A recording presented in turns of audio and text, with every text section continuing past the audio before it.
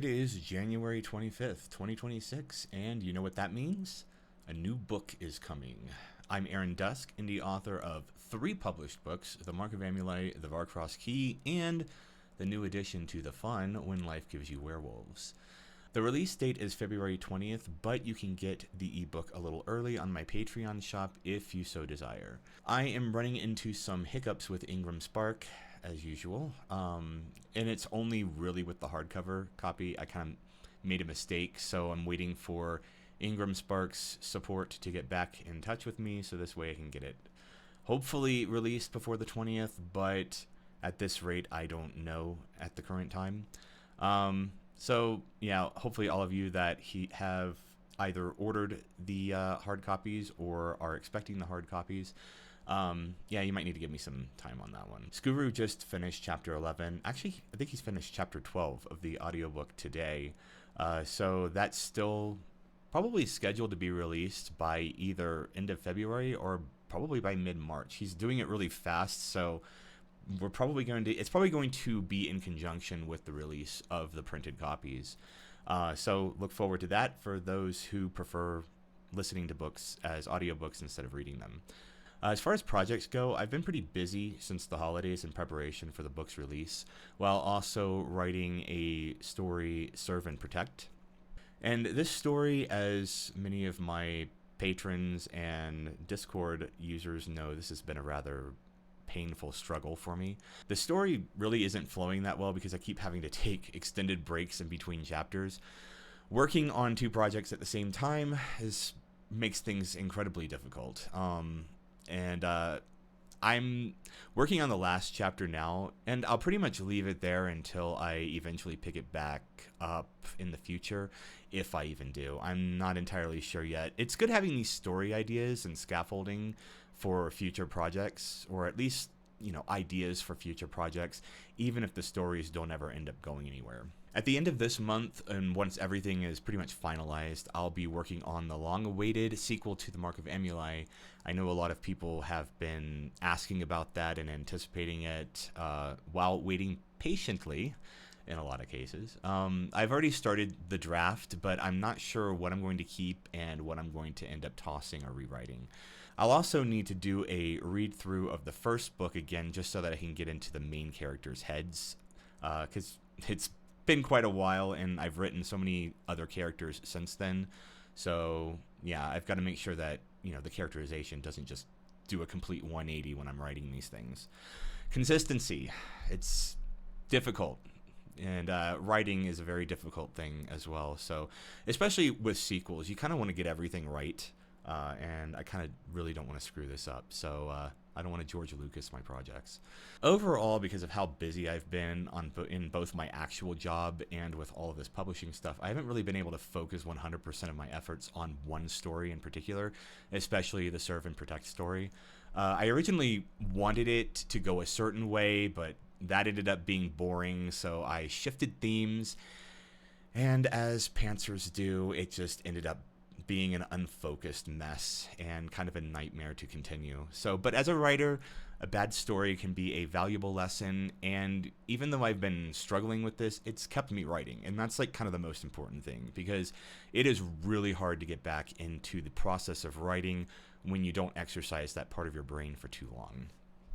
And speaking of exercise, let's get into kind of what I wanted to talk about today, which really doesn't have anything to do with writing, but it kind of does in a way. How many of you out there have started a New Year's resolution? The bigger question is, how many of you are still sticking with it? That's the important thing. The answer is probably the same, because New Year's resolutions have become kind of a meme at this point. People get excited to change their lives, get fit, eat right, have all this motivation, and then somewhere at about the 2 to 3 week mark, it all evaporates for some reason. And then the excuses start. Okay, so I went out to eat with some friends. I'll get back on my diet tomorrow. Well, there was this package of Chips Ahoy in the cabinet, and I didn't want it to go to waste. So I'll just get back to my diet tomorrow. I wasn't feeling like working out today, so I'll do it tomorrow. Well, see a pattern here. Tomorrow then becomes next week. Next week becomes next month. And before you know it, you're back to where you started before January and probably even fatter than before. Of course, everyone's been raving about the new pharmaceutical miracle over the last couple years, which is, are the GLP-1 medications. For those of you that live under a rock and haven't heard of them. Even though I've been sick to death of hearing about this shit, it still manages to creep into discussions, YouTube recommendations, and even office banter at times. I have, of course, very strong opinions about taking shortcuts with your health, and it pisses a lot of people off, to which I have to say, good. Deep down, people who take GLP-1s or steroids or any other shortcut to a better body are actually cheating themselves. When you rely on a crutch just to stand up, what happens when you need to actually walk and that crutch is no longer there? I'll let you in on a little secret that's not actually much of a secret. Nothing worth doing is ever easy, and I'm sure that you've heard that tons and tons of times. I've said it over and over again, I've heard it over and over again, but there's really no substitute for actually learning and working hard. I'll give you an example. Fair Play on the map, it's town, okay? It's a small town in Colorado. It's probably, if you look at the map, it is probably 16 or so miles away from Leadville. But you have to take a 1 to 2 hour long detour around the mountains just to get to it. Now, you could take a shortcut over them if you have the experience with high altitude dirt trails or have the right vehicle. But if you're trying to take this shortcut as a tourist in a Tesla Model 3, you're probably going to have a very, very bad time. Those who have learned how to drive over these passes and have been for years are actually equipped to take this shortcut. I look at weight loss kind of the same way. It took me about 2 years to lose roughly 200 pounds. Back in 2024, I gained 40 pounds back, okay? But all those lessons and lifestyle changes and self-discipline that I learned over the years didn't just disappear just because I had one bad year. It made losing that 40 pounds much easier and faster than it would have been if I was just starting with no knowledge of what I actually needed to do to succeed. People who take shortcuts in life without putting in the work and life changes to achieve those goals haven't actually accomplished anything, because the moment that crutch, those steroids, that Ozempic is no longer available, for whatever reason, you've never really learned how to make those necessary lifestyle changes to stay thin or muscular. So what happens after that? For those on GLP-1s, you never actually changed your diet. You just ate less of the same shit you ate before. Once you're hungry again, guess what's going to happen? I could talk for hours about the side effects and long-term harm steroids do to your body and how it basically turns up the aging process by a factor of 3, but younger guys really don't care. When you're in your 20s, you'll gladly borrow from your later years just to reap the benefits in the moment. When someone is, say, like 400 pounds, they will take the risks of surgery or whatever long-term effects weight loss medications will have, because a quick fix may actually save their lives. The fatter you are, the faster that death clock is ticking. So there are times when shortcuts become necessary life-saving measures. So I'm not completely going to shit on GLP-1 medications or weight loss surgeries, because in times of extreme obesity, they're kind of necessary to take, because it's either you take those risks or you die. I mean, there's really no other choice. If you're that obese, you're going to die. And it's not going to be a smooth one either. It's going to be a very painful and drawn out process. But there's a downside to that. What have these people learned or worked through to prevent them from getting morbidly obese again? There's only so much surgery or medications can do if you have a binge eating disorder that you've never really learned to control or work through. Or if you've never learned proper nutrition. And I'll say this, I mean, we live in probably one of the best and worst times in history. There's almost nothing we can't get with the click of a mouse or the tap of a screen, either instantly or maybe in a day or two. Do you want groceries? You can just order them and have them delivered. You want fast food? DoorDash will be there on your doorstep in 30 minutes. You want a mega pack of assorted dildos? Amazon Prime will have them ready the next day. Want to binge watch 6 seasons of a TV show without stopping? Just stream it. Hell, even sex can be delivered on demand if you're hosting, especially. You've all probably heard this saying, this is the best thing since sliced bread. And it's still kind of a relevant saying for a reason. Sliced bread was absolutely revolutionary at the time. Something simple that we take for granted every single day, for example, the washing machine, saved women hours of beating laundry against rocks. The automobile made going from one place to the next relatively hassle-free compared to going by horse and buggy or even walking. Society, since the Industrial Revolution, has been on a nearly exponential evolutionary journey thanks to technology. And unfortunately, our brains are still running on caveman operating systems. The constant stimulation and instant gratification overloads our brains with endorphins, and eventually we get used to this. This isn't a new concept by any means, because ever since convenience was sold to us from the 1950s onward, we've really expected nothing less. But now that convenience is quite literally destroying our bodies and mental health. And I'm not the first person to mention this. A lot of people have, there have been studies, a lot of YouTubers have been warning this, a lot of doctors have been warning about this. But at the same time, what are we going to do? What are we going to do about it? Like, there are steps we can take, but this technology is not going to go anywhere. The convenience is not going anywhere anytime soon. Our brains just have to adapt in a different way. And unfortunately, that is not an easy thing to do because we are hardwired for certain things, and it is very hard to break those habits or those instincts, really. So is it any surprise that after decades of promises of quick fixes and fad diets that never worked, and the vilification of natural animal fats in whole foods, is it any wonder the obesity rates have skyrocketed just over the last few decades alone? Is it any wonder that now that we have this quick fix that actually works, that everyone is jumping on it faster than Benny Johnson on Grindr during a Republican convention? You want to write a book but lack the skill or creativity? You want to create music but lack any musical ability? You want to create art but never really put in the time to practice? Well, AI's got you covered now.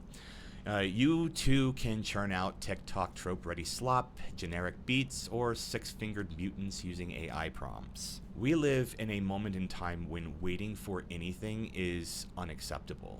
And this also extends well beyond weight loss or fitness. We are so conditioned to having everything right now that simply taking the time to hone a craft or skill, to put any pride in hard work and accomplishment is, as the kids would say, just so mid. So here we are, 2026. We have quick and easy everything, including weight loss now. If you can deal with the stomach paralysis, rotten egg burps, explosive diarrhea, bone and muscle loss, and possible blindness, you too can lose a shitload of weight in a very short amount of time with very little effort or self-discipline. This is provided you have just enough self-discipline to keep up the daily injection routine, that is. A lot of people in these positions can't even be asked to do that much. So if someone has the money, or as long as insurance covers it, I say more power to them. If a pharma bro, for whatever reason, decides to do to GLP-1s what this motherfucker did to Darapram, then most of you are probably screwed. This kind of brings me back to the whole New Year's resolution thing, because those of you that actually started a New Year's resolution on the 1st of January, you'll likely give that up before February. Why? Because when you set a hard date for health, it means you were never really serious about it to begin with. It means that instead of gradually working your way to a lifestyle change, you're using a solid date to cut yourself off of years of bad habits, which just inevitably sets you up for failure. Changing your life is more than just marking a day on a calendar where you'll just stop inhaling fast food and Oreos like a starving hog at a trough. You think cutting yourself off just like that and then jumping on some extreme diet is going to be a quick fix, but you're doing that without understanding the fundamentals of physiology. And I will use this as an example. I am currently on the carnivore diet, and I can guarantee you that if I were to start this change in my diet just immediately from the standard American diet, I wouldn't have lasted 2 days. That's how restrictive this is. The thing about me is that I have spent years, like literal years, building eating and workout habits that made it very easy to do something so extreme as having a limited diet right now. Okay, I don't eat fast or ultra processed foods. I don't drink my calories in sugary beverages. I don't eat anything with added sugar. I fast every day, only eating in a 6-hour window. I've been eating the same diet for years, and now I wanted to try something a little more restrictive in the way of eating. And guess what? I started before Christmas. I didn't wait until after the holidays when I knew I'd gorge myself into a coma. I didn't set a hard date either. I just pulled the trigger the next day I made the decision, because why would I wait on that? I mean, if I'm treating food as this reward, the moment I cut myself off of it, I'm going to feel like it's a punishment. So I put in the work, developed the good habits that guarantee my success at reaching the goal I set for myself. Right now, I have a goal of 15% body fat. I just bought size 32 jeans that I have never in my adult life would have been able to wear, okay, until now. And that just goes to show that, yeah, given enough, knowledge, enough discipline, and I shouldn't even say self-discipline. It's just really setting yourself up for success, okay? And I guess there is a bit of self-discipline that comes with that, but there's more to this, weight loss and weight gain than self-discipline, because there's also a lot of mental health things you have to work through as well. And the thing is, none of this shit happens in days or weeks. It happens gradually over months and years. So if every single drop of patience has been sucked out of you through decades of instant gratification, don't bother with your New Year's resolution, because you're just going to become yet another failure to add to the millions of failures abandoning their gym memberships after the 31st. So for those of you that want real and lasting change, not just a quick fix or shortcut that can be undone at any time, you have to set realistic goals that work for your current life situation. Instead of treating changing your diet as something temporary in order to drop 20 pounds that you'll just gain back again, treat changing your diet as something you can live with for the rest of your life, because ultimately that's what a diet change is. That is what a lifestyle change is. And you have to do all this shit gradually. Cutting everything bad out of your diet will just feel like a punishment to you, because that feel-good effect of cutting off an addiction aren't really felt until the drugs are completely out of your system. Junk food, ultra-processed foods, sodas, alcohol, they're all drugs, okay? And they are very hard to quit. You have to expect yourself to fail, and you have to allow yourself to do it without self-destructing, because you're going to fail. It's just an inevitable thing. I've failed many, many times with this process, and it wasn't easy. It's not... Dropping 200 pounds doesn't just happen. It's not, you don't just flip a switch one day and say, get off your ass, fatty, and get some willpower or whatever. It doesn't happen like that. Like, you have to be mentally ready for all of this stuff, and you're going to fail. But here's the thing. Acknowledging the fact that you're human and prone to making mistakes is all part of the process. If you say, well, I ate McDonald's today, so I've just ruined my diet, so there's no point in starting over, then that's all you're ever going to do. It doesn't matter what you do at that point. One fast food binge while you're on a diet doesn't undo weeks of work, regardless of everything that you've been told, okay? Repeated binges do, okay? So if you succumb to a moment of weakness, acknowledged it, and then worked twice as hard next time, then you're already succeeding. I mean, yeah, you had a moment of weakness, but that does not undo everything that you've done so far. You are still in a calorie deficit, pretty much. That one Big Mac meal may have put you in a surplus today, but it didn't put you in a surplus for the entire week. Now, if you were to do it again the next day, then yeah, you probably will be in a surplus. So, if you find yourself slipping, Go for a 3 or 4 mile walk. Save the pity party meltdown for the fat positivity losers on TikTok and be better than that. Let's say that you eat 3,000 calories a day and you decide to cut your calories to 1,500. You can't do that.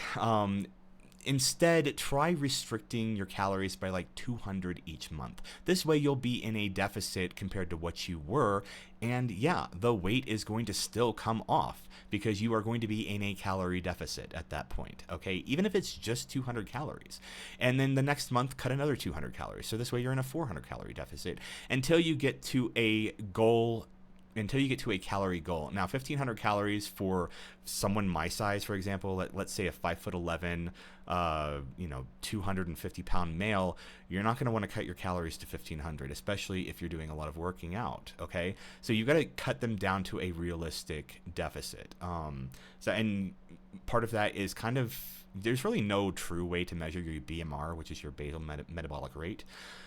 You can come close with calculations, so I would recommend trying to find out what your BMR is. BMR is basically how many calories you need to eat to survive. It doesn't even really count your activity or anything else like that. It's just basically what you need to just continue breathing and sitting there. And then calculate that and then take 200 calories away from that. And then you'll be in a calorie deficit. Is it a perfect science? No, but it's pretty damn close. It's probably as close as you're going to get. And the thing is, people think that they have to cut like half of their calories or more, when really you'll just end up hungry and miserable, and you'll just end up gorging yourself later on, because that's sort of what our minds are programmed to do. We didn't get enough food now, so our body thinks that we're not going to get food later, and you just end up with a ghrelin response that just causes you to continuously binge and just overgorge yourself, and then you feel like shit afterwards. Been there, done that many, many times. Resistance training is probably the most important thing you can do for your body recomposition, especially as an obese person. There's not a lot of impact on your joints. Resistance training, you can do that with fucking bands. I mean, you don't have to go to a gym to do this. Do it with some water jugs. Do it with some, resistance bands. Something. It's very easy. You can do it sitting down, for crying out loud. So if you're morbidly obese and you have a hard time walking, things hurt everywhere, start calorie deficit resistance training. You'll be well on your way. You'll be well on your way past a lot of other people in your condition that are just sitting there doing nothing. And I will even say it's more important than cardio. And this has been proven by science. There's a lot to back me up on this. And even a lived experience myself, I even know that weight training is more important than cardio for body recomposition, for calorie burning. Now, I'm not going to say that cardio is worthless. It is definitely not. It is actually very important to get your cardio in. But you have to do that for the right reasons. If you're doing cardio specifically just to lose weight, to burn calories, you're fooling yourself into thinking that an hour on the treadmill means, a treat at Planet Smoothie afterwards, when really all you've done is just undo exactly the amount of calories that you've just burned, because cardio, believe it or not, does not burn that many calories. Whereas when you're weight training, muscle is very metabolically active. You are continuously burning calories just to maintain and rebuild that muscle that you have just worked out. So you are constantly in a calorie burning phase when you do a lot of weight training or resistance training, okay? In cardio, unless you're doing, intense sessions of HIIT, you are not going to be in a constant state of afterburn, okay? You're just going to be burning calories as you go. And the problem with cardio is that if you do a lot of it, you are going to be starving after that session is over. And guess what happens when you're starving? You're just going to undo everything that you've just done. So cardio alone is not the answer. And people think that, I've got to lose 20 pounds. I'm just going to cut my calories in half and just hit the treadmill. No, all you're doing is just setting yourself up for failure. So does that mean cut out all cardio? No. In fact, when I was morbidly obese, I could barely walk to the end of my driveway without being out of breath. I was in a very, very, very sad state at that point. But I still walked to the end of my driveway and back, and I would walk a little further every single day until, I was able to do a mile, until I was able to do 2 miles. Before, like, 8 months had gone by and I was starting to jog. But you have to do it little by little. And the thing is, the goal with walking, okay, and walking is probably one of the most important things you can do. It's also the easiest thing you can do. Just get yourself into a zone 2 heart rate, where you can't really carry on a conversation with somebody. Well, you can, but it's kind of hard to, because, you're breathing heavy. So that's usually where about zone 2 comes in, and that's usually a good area to be for burning fat, especially visceral fat. That is probably one of the main things that this form of cardio is going to do, is melt away that visceral fat. And if you don't know what visceral fat is, it is the fat that is around the organs, like the liver, the pancreas, all that kind of stuff. It's metabolically active, but in a bad way. It's also, the more visceral fat you have, the more risks that you have of things like heart disease, diabetes, especially, any kind of metabolic syndrome. Is usually accompanied with a very high percentage of visceral fat. So that is probably the most important thing to lose. And a lot of people think that, it's the subcutaneous fat that the fat that you can actually see that makes us look fat, that, they want to get off of them, because of course it's a kind of a cosmetic thing at that point. But what you're not seeing is what's underneath that, and that is the visceral fat. That is the scariest kind of fat. It is very damaging fat. So that's what walking will do. Walking every day and maintaining a good diet, you're going to melt that visceral fat away. And that is the first fat that you need to melt away. That is the most important fat that you have to lose. And then, work on the body composition afterwards, but the visceral fat, gotta go. Losing weight and keeping it off starts up here in the mind. Then it translates to what you choose to put into your body for sustenance. And finally, it's what you do as far as activity goes. And that has to be the order in which you fix things to succeed. You can't change your diet if you're not mentally prepared to do so. And you can't just exercise to work off a 1,500 calorie double Whopper meal, fries, and Coke. So if you've made a New Year's resolution and have stuck with it, then congratulations. You have about 2 more months of consistency before you build up those good habits and the cravings eventually stop.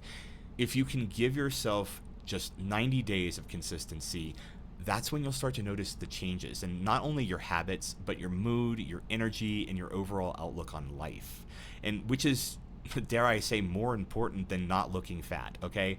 The fat part, that's cosmetic. That's all like outward appearance.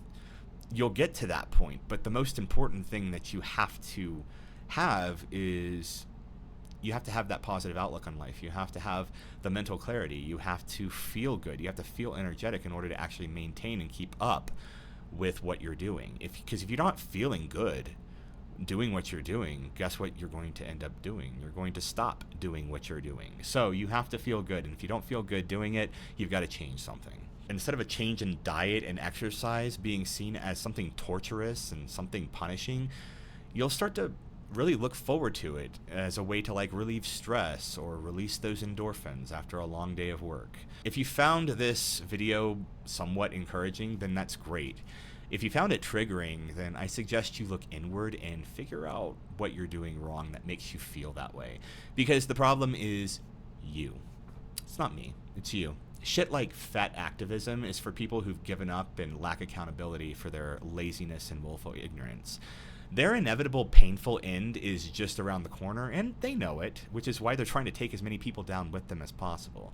You have the chance to be better than that. So may your 2026 be a healthy and light one, and I'll see you next time.